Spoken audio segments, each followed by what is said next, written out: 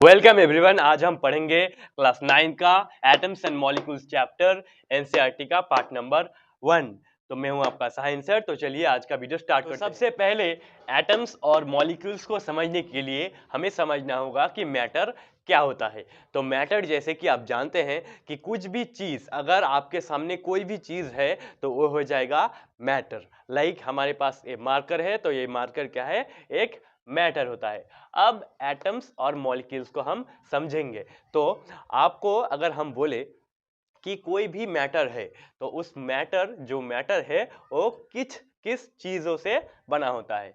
तो मैटर को अगर हम इसको तोड़ेंगे तो ये बहुत सारे छोटे छोटे चीजों से मिलकर बना होता है। तो देखिए, अगर आप कोई भी मैटर, सपोज कि एक कोई सपोज एक मिट्टी का टुकड़ा है, तो इस मिट्टी का टुकड़े को अगर आप ऐसे सिंपल तोड़ेंगे तो क्या होगा? छोटा छोटा मिट्टी का टुकड़ा आएगा। तो ये हो जाएगा आपका छोटा छोटा मिट्टी का टुकड़ा। नेक्स्ट, अगर हम फिर भी इसको और तोड़ेंगे, देखिए फिर और छोटा करेंगे तो सपोज ये इतना छोटा आ गया। अच्छा, अब फिर अगर हम फिर तोड़ेंगे इसको तो बहुत सारे छोटे छोटे आपका चीज क्रिएट होगा। उसको हम कहेंगे कंपाउंड्स। ठीक है, तो उसको अगर हम मैटर को बहुत ज्यादा तोड़ेंगे तो क्या आ जाएगा? आपका कंपाउंड्स आएगा। अच्छा, अब सर कंपाउंड्स क्या होता है? तो देखिए, अगर हम मैटर को तोड़ेंगे उसके बाद जो स्टेज आता है उसको मैटर का हम कंपाउंड्स कहते हैं। जैसे कि अगर आप कुछ पैकेट खरीदते हैं तो आप देखेंगे पीछे लिखा हुआ रहता है कि कैल्शियम सल्फेट, कैल्शियम कार्बोनेट, तो वो सब हो जाएगा आपका कंपाउंड्स। ठीक है, और अब देखिए अगर हम कंपाउंड्स को भी और छोटा करेंगे, ये आपका एक कंपाउंड्स हो गया। सपोज कि कैल्शियम क्लोराइड, ये हो गया आपका एक कंपाउंड। तो अगर इसको हम फिर और भी तोड़ेंगे, इसका मतलब कंपाउंड्स को देखिए हम खाली आंख से नहीं देख सकते, उसे देखने के लिए आपको बहुत सारा इंस्ट्रूमेंट लगता है। अब देखिए, जब हम कंपाउंड्स को भी और ज्यादा छोटा करेंगे तो हम जो पाएंगे उसे हम कहेंगे मॉलिक्यूल्स। उसे हम कहेंगे क्या? मॉलिक्यूल्स। अब सर मॉलिक्यूल्स क्या होता है? तो देखिए, कंपाउंड्स जिस चीज से बना रहता है उसको कहते हैं हम मॉलिक्यूल्स। कंपाउंड्स जिस चीज से बना होता है उसे कहते हैं हम मॉलिक्यूल्स। जैसे कि यहाँ पर आपका कैल्शियम क्लोराइड कैल्शियम और क्लोरीन से बना होता है, तो कैल्शियम और क्लोरीन ये हो जाएगा आपका मॉलिक्यूल्स। ठीक है, तो हमने बोला कि एक जब कोई मैटर रहता है तो उस मैटर को जब हम छोटा करते हैं तब आता है कंपाउंड्स, और उस कंपाउंड्स को भी जब और छोटा करेंगे तब आ जाएगा मॉलिक्यूल्स। अच्छा, अब कंपाउंड्स में हो गया आपका कैल्शियम क्लोराइड और मॉलिक्यूल्स में कैल्शियम और क्लोराइड डिफरेंट। अगर हम देखिए ये जो मॉलिक्यूल्स हो गए इसको भी और भी छोटा करते हैं, क्या हम कर सकते हैं? हम जी हाँ, हम कर सकते हैं। तो ये सपोज कि हो गया आपका कंपाउंड्स, नेक्स्ट मॉलिक्यूल्स, और नेक्स्ट जब और भी हम इसको तोड़ेंगे, इसे हम कैसे तोड़ सकते हैं? देखिए, हमारे इसको एक्सपेरिमेंट करने के लिए बहुत सारे छोटे या फिर बड़े आपके यंत्र होते हैं, तो उससे हम इसको छोटा कर सकते हैं। तो मॉलिक्यूल्स को जब हम और भी छोटा करेंगे तो उसके बाद आ पाएंगे हम एटम्स। ठीक है, तो ये इस यहाँ पर हो गया आपका एटम्स। तो सर एटम्स क्या होता है? देखिए, तो एटम्स कोई भी चीज का, कोई भी मैटर का जो स्मॉलेस्ट स्टेज होता है वो होता है एटम। तो एटम्स से मिलके बनता है मॉलिक्यूल्स। मॉलिक्यूल्स जैसे कि, अच्छा, अब एटम सपोज कि एक हाइड्रोजन का एटम है। ठीक है, तो ये है एक हाइड्रोजन का एटम और ये हो गया आपका क्लोरीन का मॉलिक्यूल। अच्छा, तो एटम्स से मिलकर बनते हैं मॉलिक्यूल्स। नेक्स्ट, मॉलिक्यूल्स से मिलकर बनते हैं कंपाउंड्स, और फिर कंपाउंड्स से मिलकर बनता है मैटर, और मैटर से कुछ भी चीज, जैसे कि हम लोग मैटर से बने होते हैं। तो ऐसे ही देखिए, स्टेज बाय स्टेज मैटर से compounds, next molecules and atoms ऐसे फॉर्म होता है। अब आप हमें क्वेश्चन कर सकते हैं कि सर अगर हम इस सब को तोड़ सकते हैं तो क्या एटम्स को नहीं तोड़ सकते? तो जी हाँ, हम एटम्स को भी तोड़ सकते हैं, लेकिन वो आपके इस चैप्टर पर नहीं है। इसके अगले चैप्टर पर, स्ट्रक्चर ऑफ एटम पर, हम समझेंगे कि एटम्स को अगर हम तोड़ेंगे फिर आपके पार्टिकल्स आ जाएंगे। ठीक है, इलेक्ट्रॉन, प्रोटॉन और न्यूट्रॉन। तो इसको हम नेक्स्ट चैप्टर पर डिस्कस करेंगे। यहाँ पर आप नोट करेंगे कि atom, the smallest unit of a matter is atom. एक मैटर का जो सबसे छोटा यूनिट होता है उसको कहते हैं हम एटम्स। और molecules, a group of two or more atoms held together by chemical bonds. chemical bonds उसको हम कहेंगे मॉलिक्यूल। अच्छा, तो मॉलिक्यूल्स को और थोड़ा डिटेल में समझिए। सपोज कि ये एक हाइड्रोजन का एटम हो गया, ठीक है, एक हाइड्रोजन का एटम सपोज कि ये है। नेक्स्ट और एक हाइड्रोजन का एटम। अच्छा, तो दो ऐसे हाइड्रोजन का, ये क्या है आपका एटम, एटम। तो जब दो हाइड्रोजन का एटम एक साथ ऐसे देखिए केमिकल बॉन्ड्स पर फॉर्म करेगा तो क्या होगा आपका H2। आप जानते हैं कि हाइड्रोजन क्या होता है, H2 के फॉर्म में इधर पर एक और इधर पर एक ऐसे करके हमारा क्या H2 का फॉर्म करता है। अच्छा, तो मॉलिक्यूल्स देखिए, a group of to or more atoms, जब कोई दो और उससे ज्यादा एटम्स एक साथ मिलते हैं, केमिकल बॉन्ड्स फॉर्म करते हैं। देखिए एक एटम, दो एटम केमिकल बॉन्ड फॉर्म किया तो ये आपका हो जाएगा मॉलिक्यूल, ये हो जाएगा आपका मॉलिक्यूल। तो मॉलिक्यूल ऐसे फॉर्म होता है, आप बहुत अच्छे से समझिए। तो अगर हम आपको बोले कि और एटम और मॉलिक्यूल ऐसे फॉर्म होता है। नेक्स्ट देखिए, हमने बोल दिया कि एटम्स ही मिलकर सब कुछ फॉर्म होता है, लेकिन सर इसका प्रूफ क्या है? तो इसका प्रूफ जानने के लिए हमें समझना होगा केमिकल कॉम्बिनेशन। केमिकल कॉम्बिनेशन या फिर केमिकल रिएक्शन। केमिकल रिएक्शन की वजह से कोई भी दो चीज एक साथ होते हैं। जैसे कि हमने देखिए बोल दिया, इधर पर हाइड्रोजन और ऑक्सीजन मिलकर आपको पता है कि हमारा H2O फॉर्म, वाटर फॉर्म करता है। तो ऐसे हम समझेंगे। नेक्स्ट हम समझ सकते हैं कि कोई भी चीज एटम से मिलकर बने होते हैं। तो हम केमिकल कॉम्बिनेशन को समझेंगे। नेक्स्ट उसके बाद फिर हम एटम्स को और डिटेल में समझेंगे। तो केमिकल कॉम्बिनेशन या फिर केमिकल रिएक्शन क्या होता है? इधर पर हाइड्रोजन, इधर पर ऑक्सीजन एक साथ युक्त हो गया, उसके बाद यहाँ पर आपका वाटर हो गया। तो देखिए पहले हाइड्रोजन क्या था, एक हाइड्रोजन क्या था, एक गैस। नेक्स्ट पहले ये भी क्या था आपका, एक गैस। और इधर पर जब वाटर आ जाएगा, ये हो जाएगा आपका लिक्विड। लिक्विड तो पहले दो गैस थे देखिए।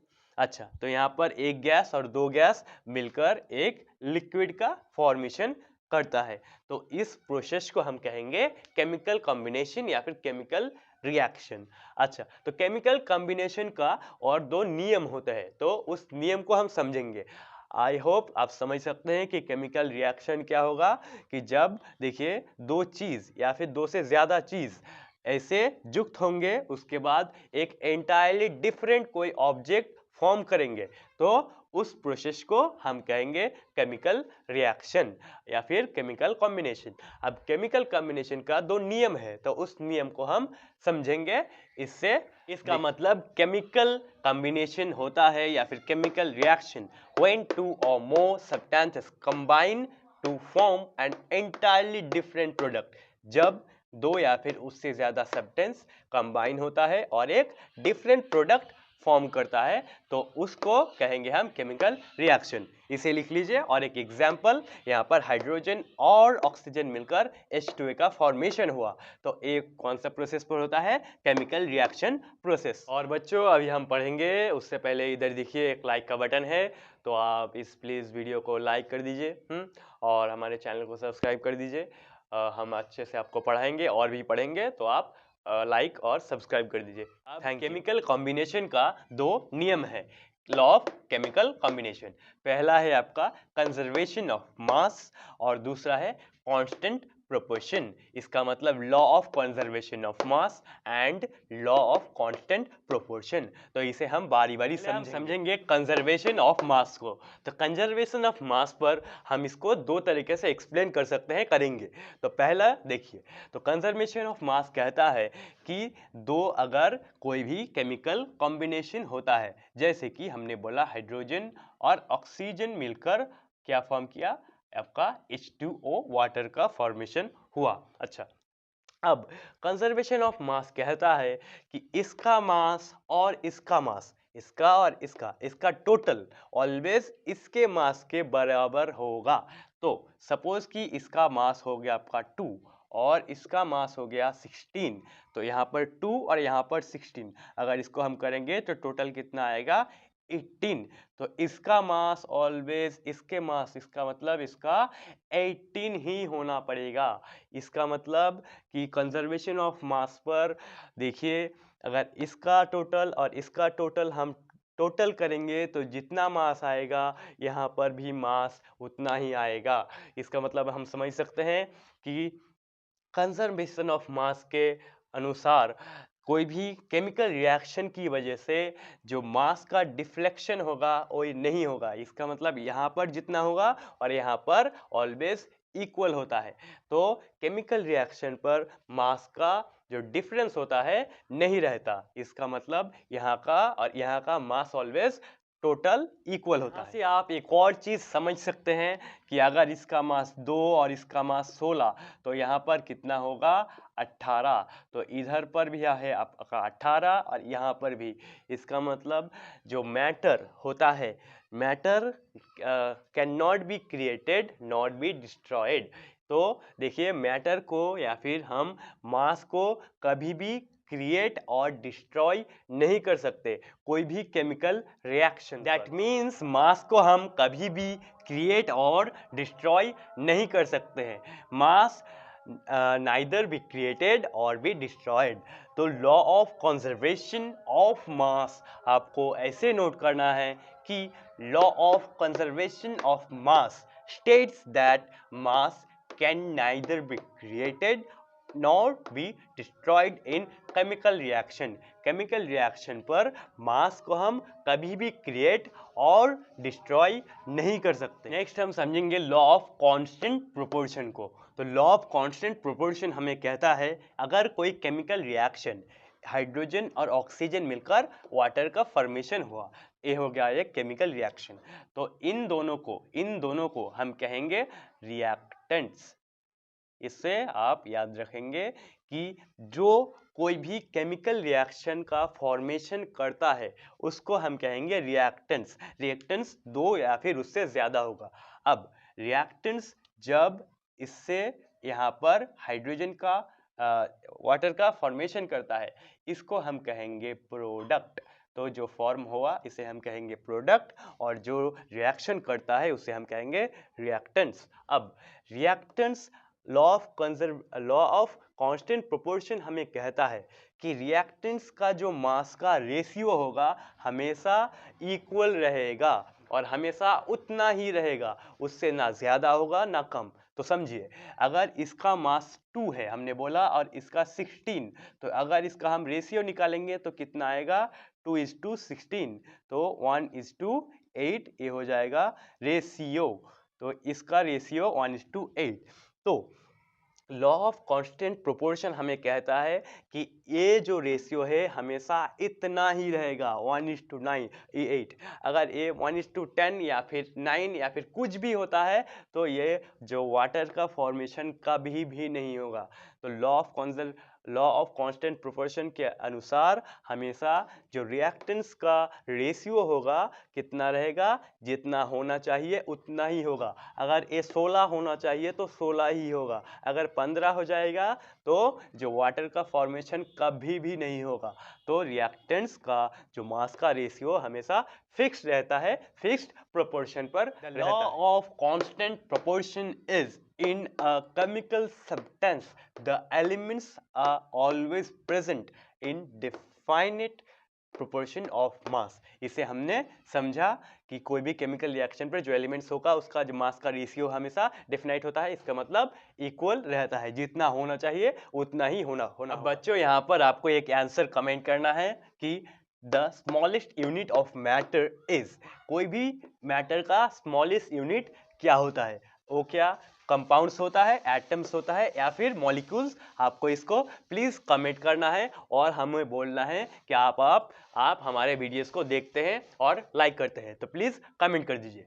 अब समझिए, हमने अभी तक जो पढ़ा वो डिफरेंट साइंटिस्टों ने आपके मिलकर बनाया था, ठीक है। लेकिन उसके बाद एक इंटेलिजेंट साइंटिस्ट जॉन डाल्टन ने इस सब को एक लिस्ट पर कंबाइन किया और बनाया आपका डाल्टन्स एटॉमिक थ्योरी। तो अब इसे हम समझेंगे। डाल्टन्स एटॉमिक थ्योरी बेसिकली क्या है, अभी तक हमने जो पढ़ा उसका निचोड़ है, उसका विवरण है। तो देखिए डाल्टन्स एटॉमिक थ्योरी। तो सबसे पहले डाल्टन जी कहते हैं all matters is made of very tiny atoms. थोड़ी देर पहले हमने समझा कि कोई भी मैटर, देखिए हम है या फिर कुछ भी है, वो मैटर से बने होते हैं, एटम्स से। अब अगर हम आपको एक एग्जाम्पल के लिए बोले तो सपोज कि हम जो ह्यूमंस होते हैं वो 10 टू द पावर 27 एटम्स है मिलकर बने होते हैं। कितने एटम्स, देखिए 10 टू द पावर 27। अब ये जो एटम है बहुत ज्यादा है। कितना, देखिए अगर हम इस पर ऐसे जीरो लगाते जाएंगे, कितना जीरो होगा आपका 27, ऐसे डॉट डॉट डॉट डॉट चलता ही रहेगा। इसका मतलब एक नॉर्मल ह्यूमन बीइंग, ना बहुत ज्यादा बड़ा, ना मोटा, ना छोटा, क्या कितना, देखिए 10 टू द पावर 27 एटम्स से मिलकर बना होता है। तो ये बहुत ज्यादा नंबर है। अच्छा, तो all matter is made of very tiny atoms, ये है आपका पहला डाल्टन का नियम थ्योरी का। अच्छा, और दूसरा देखिए atoms are neither be created or destroyed. अभी हमने समझा कि अगर कोई भी केमिकल रिएक्शन है, सपोज कि ये आपका केमिकल रिएक्शन है, तो यहाँ पर इसका मास और इसका मास हमेशा इक्वल रहता है। तो atoms are neither be created, atoms को हम कभी भी क्रिएट नहीं कर सकता है। ये एक जनरल नियम है जो पूरे यूनिवर्स पर लागू होता है कि हम एटम्स या फिर कुछ भी मैटर को कभी भी क्रिएट और डिस्ट्रॉय नहीं कर। और देखिए atoms of different elements have different masses and chemical properties. अगर कोई डिफरेंट आपका एलिमेंट है, सपोज कि हमने बोला देखिए वाटर नॉर्मल H2O, और एक सपोज कि अमोनिया NH3, तो यहाँ पर वाटर पर क्या है, देखिए यहाँ पर है आपका क्या है, हाइड्रोजन और ऑक्सीजन, लेकिन यहाँ पर क्या है, नाइट्रोजन और हाइड्रोजन। तो यहाँ पर जो एटम्स का डिफरेंट एलिमेंट्स होने की वजह से इसका मास का भी डिफरेंस रहेगा। जैसे कि अगर हम H2O का मास देखें तो ये होता है आपका 18, और अगर इसको मास देखें इसका होता है 17। तो A और A एक देखिए डिफरेंस है। तो यहाँ पर जो अगर F10 डिफरेंट होगा तो उसका मासेस का भी डिफरेंस हमको साफ साफ दिखेगा ऐसे। और यहाँ पर हमको केमिकल जो प्रॉपर्टीज है उसमें भी डिफरेंस दिखेगा। जैसे कि देखिए यहाँ पर जो H2O और NH3 है, तो यहाँ पर अमोनिया है, तो H2O पर एक लिक्विड होता है, H2O एक लिक्विड होता है, और वहाँ पर जो अमोनिया है एक गैसेस होता है। तो ये लिक्विड और यहाँ पर गैस, तो जो केमिकल प्रॉपर्टीज होगा वो क्या होगा, डिफरेंट होगा। तो यही हमारे डाल्टन साहब ने बोला था। और लास्ट चीज हम समझेंगे, atoms combine in the ratio of small whole numbers to form compounds. जब भी कोई देखिए आपका कंपाउंड फॉर्म होता है, जैसे कि हम दिखाते हैं आपको, ये एक कंपाउंड है, सपोज कि ऐसे नाइट्रोजन और हाइड्रोजन मिलकर यहाँ पर अमोनिया NH3 का फॉर्मेशन होगा। तो अगर इसका एटम कंबाइन होगा तो जो रेशियो होगा वो स्मॉल होल नंबर्स होगा। जैसे कि इसका रेशियो है, अगर इसका एटम्स का रेशियो, अच्छा तो यहाँ का एटम्स हो गया आपका, इसका रेशियो जितना होगा अमोनिया, तो इसका एटम का रेशियो आपको याद रखना है 1:3 होता है। कितना, 1:3, 1:3। इसको हम किसी और क्लास में समझेंगे कि क्यों 1:3 होता है। तो 1:3 जो रेशियो है, ये एक होल नंबर्स होता है, तो टू फॉर्म कंपाउंड्स। तो कंपाउंड्स फॉर्म करने की वजह से जो रेशियो, इसे हमने और थोड़े पहले समझा था कि जब देखिए कोई भी एलिमेंट फॉर्म होता है तो उसका जो मास का रेशियो होता है क्या होता है, हमेशा कांस्टेंट प्रोपोर्शन पर रहता है। लॉ ऑफ कांस्टेंट प्रोपोर्शन पर हमने समझा। तो हमेशा आपको याद रखना है कि एटम्स जब कंबाइन होगा तो उसका रेशियो हमेशा एक होल नंबर होगा, जैसे कि अमोनिया का है 1:3। 3। And now dear students, thank you. देखिए हम पहले पार्ट को अपलोड कर दिया, आपने देखा बहुत अच्छे से। तो ऐसे ही देखते रहिए, पढ़ते रहिए और मज़े करते रहिए। एक और बार मैं हूँ साहिल सर, आप सबको थैंक यू।